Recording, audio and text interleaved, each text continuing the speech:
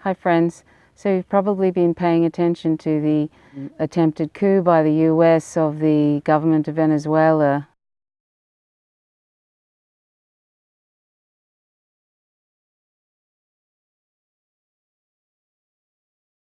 Nicolas Maduro's administration.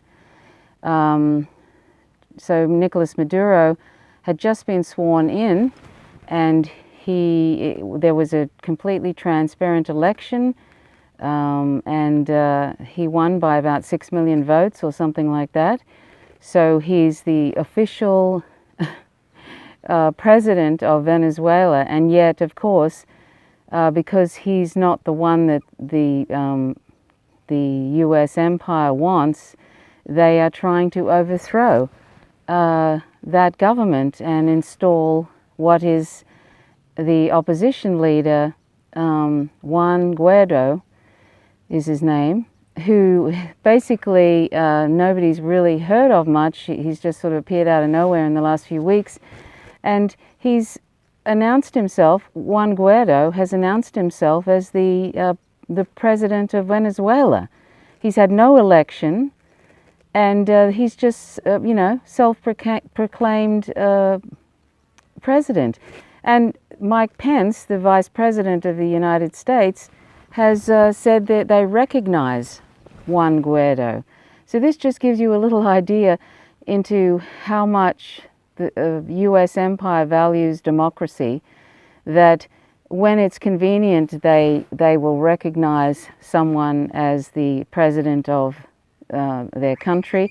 But when it's not convenient and when it's not in U.S. interests, they ignore that or try and overthrow them, as is the case with Nicolas Maduro. They've already tried to overthrow Venezuela back in 2002.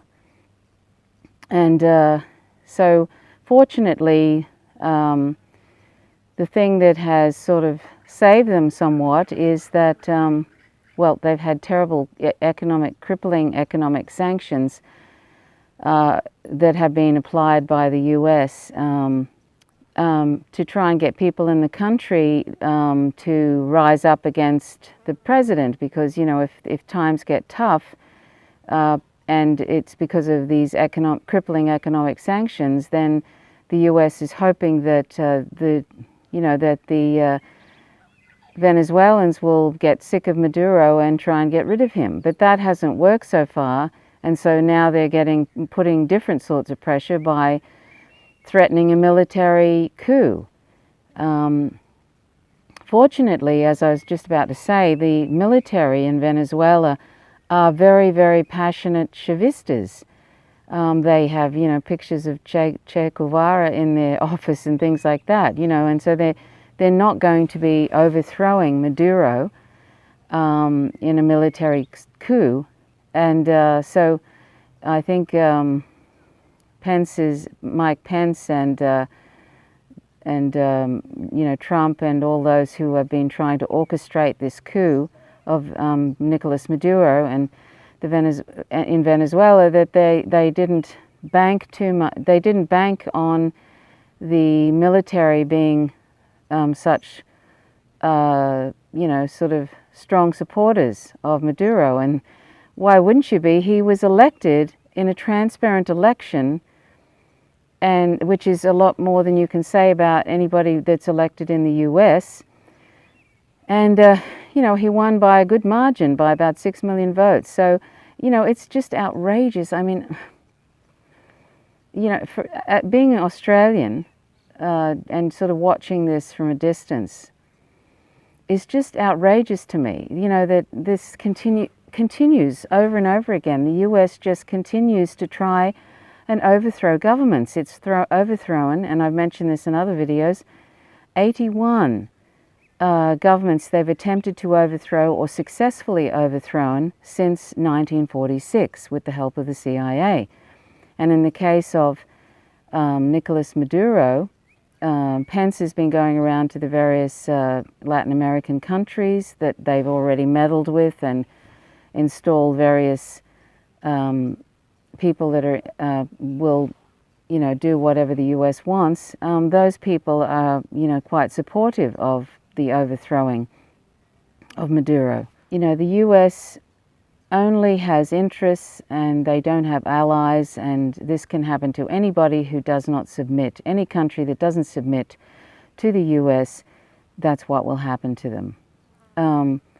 You know, this happened in my own country. They overthrew, and the CIA admitted it, helped sort of get rid of Gough Whitlam in 1975. And he was a democratic socialist prime minister, and he was, you know, for free health care, free public education. He was against war, which is a big no-no. He didn't want to be involved in the Vietnam War. You know, and if you're not into war and you're Australian Prime Minister, you're in trouble as far as the US is concerned, because we're just a colony of the US here in Australia. We really are. The government here, no matter who's in power, no matter what party, are afraid to criticize the US, and they just go along with whatever awful wars that they get us involved in. It's appalling, really. I find it very difficult dealing with the fact that I live in a country that just goes along with whatever immoral wars the US drags us into. And they won't say, our government will not criticize the US, so even if it's made clear to them that the US has tried to overthrow once again a democratically elected government, the Venezuelan government, that they won't say anything. You know, it's appalling. This is just appalling. And by the way, Justin Trudeau, you know, everybody's favorite Justin Trudeau from Canada, the Canadian Prime Minister, excuse me, the Canadian Prime Minister, he's totally for it too, overthrowing Maduro. So, you know, they're going to keep on doing this. They'll keep on applying economic sanctions, and they're going to keep on trying to overthrow Maduro, or overthrow whoever's in power who's socialist in Venezuela, for as long as they can, until they're successful. And I don't think they're going to be successful because, as I said, the military are completely they're Chavistas, and they are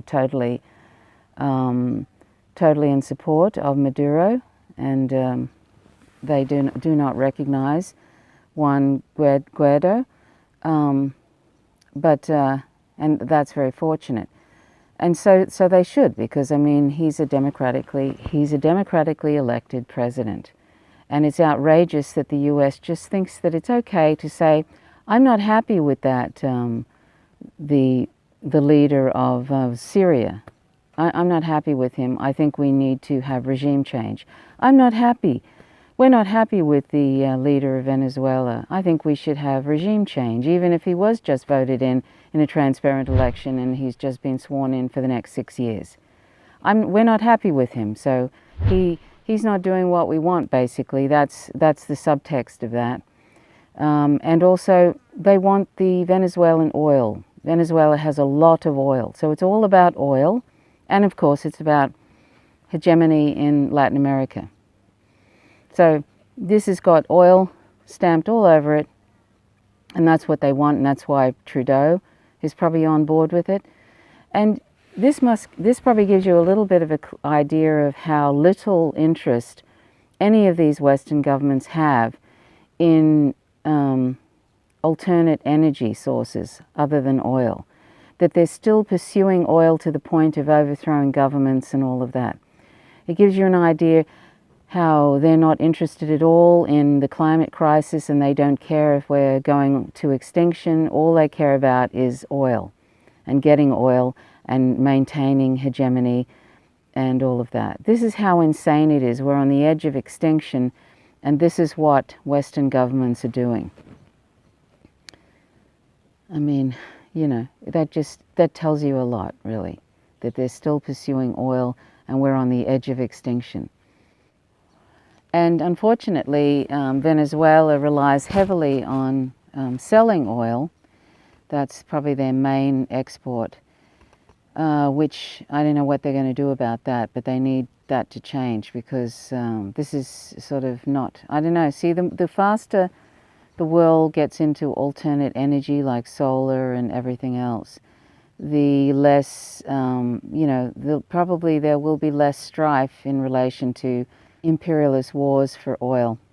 And I was concerned that Russia hadn't said anything, because Russia, Maduro has asked Russia to help them if there's a military coup, and that could still happen, of course.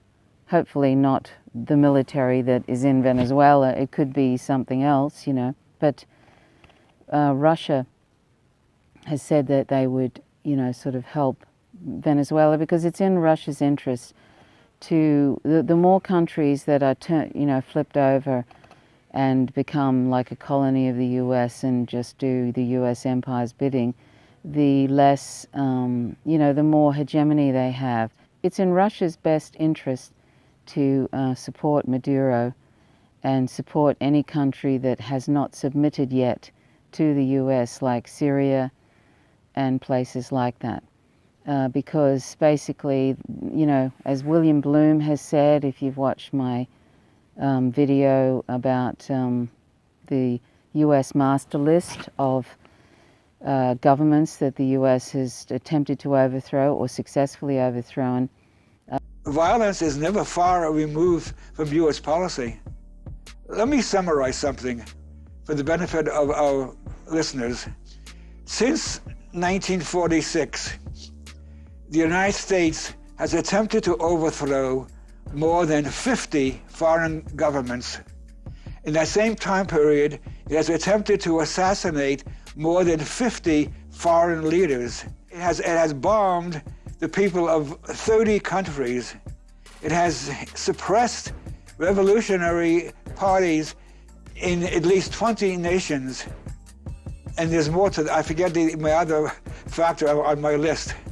This is a record unparalleled in all of human history.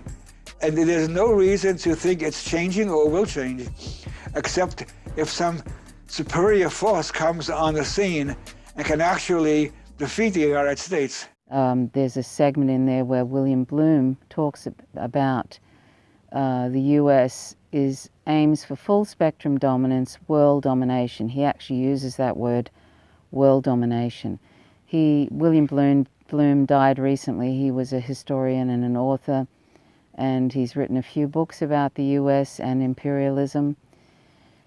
And, he basically just said, this is what, the US aims for, is world domination. And you can see that very clearly. And to somebody who hasn't been following all of this and just follows mainstream media news, you might think I sound like some sort of conspiracy nutter. But if you've been following independent news, as I have for a while, I'm no journalist and I don't know a lot about stuff, but I follow things. And it became very clear to me a few years ago that if there's ever any sort of strife in any country, like any sort of conflict that's happening, or there's some government is being overthrown, you can almost take a bet and win that the US is involved somewhere in that overthrowing of that government or that internal conflict, or there's been something that they've been involved in during that history of that country that has caused the internal strife. You can almost guarantee that they've had something to do with it, the US. So, it is the greatest threat to world peace, US empire. And that's why shows like the Empire Files with Abby Martin are so important, because, she has said numerous times that the only way for there to be sort of basically some sort of peace or sanity in the world is when the US empire falls. And that includes that that Palestine, there'll always be problems with, there'll always be an apartheid Israel while the US is giving Israel $10 million a day to continue on that apartheid system. Without that, it would not be possible. So the U.S., basically the empire has to fall for there to be any kind of semblance of sanity in the world. I mean, basically every day, if you look in the news, they're doing something, to destabilize some country, or launching some sort of military attack through proxies, or with their awful allies Saudi Arabia and Israel. They're constantly meddling, and it's sort of like it's like it's a daily thing. They're always looking for ways to gain full spectrum dominance. It's a constant. It's like their aim constantly to try and attain that, and that can only mean destabilization for everybody who has not submitted, and it's not great for Australia. We're just a colony of the US, and we just do their bidding, and we get involved in these immoral wars, and we have a neoliberal mess here. It's just awful. The neoliberalism here is the last 35 years. It's just made Australia unrecognizable, and it doesn't really have. It has some free health care, but it's very heavy on insurance, getting in health insurance. And if they had their way, if the current government had their way, they would turn us into a mini America. And the other party isn't much better. So anyway, we're in a lot better shape than the US, but I mean, it's sort of, with the US influence, it's not great. Anyway, so, I hope that, Justin Trudeau is just a tosser, really, too, that he supports this coup. And, but, they'll just keep trying and try. If they're not successful this time, they'll just keep trying any way they can until they have some sort of military strike of some kind. And if they do, I hope that Russia gets involved, because it really makes me sad. Venezuela is, is a socialist country, and it's just constantly being sort of meddled with. And, the economic sanctions are just dreadful. And that's an act of war, economic sanctions that the US has placed on Venezuela. It's an act of war.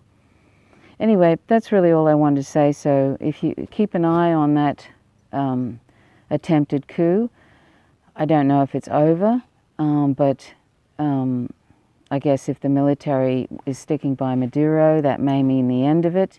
But it may not. It won't be. If it ends this time, the US will keep meddling. And I would imagine that.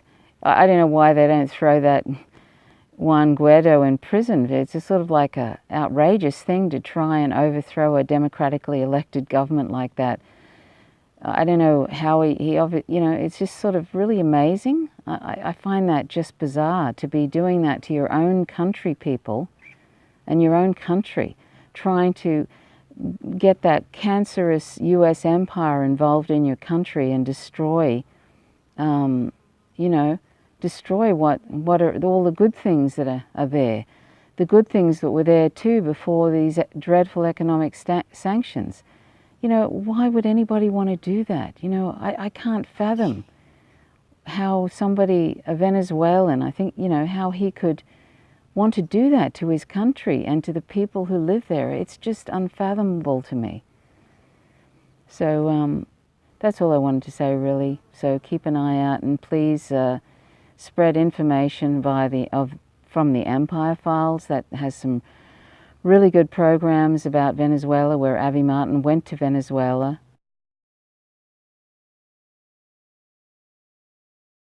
She had contact with the Garimbas, who are the US-backed, US-funded opposition, who sort of are very violent, and they were doing all sorts of awful things, including they set some black man on fire and he died of his injuries. I mean, it's awful, the funded opposition there.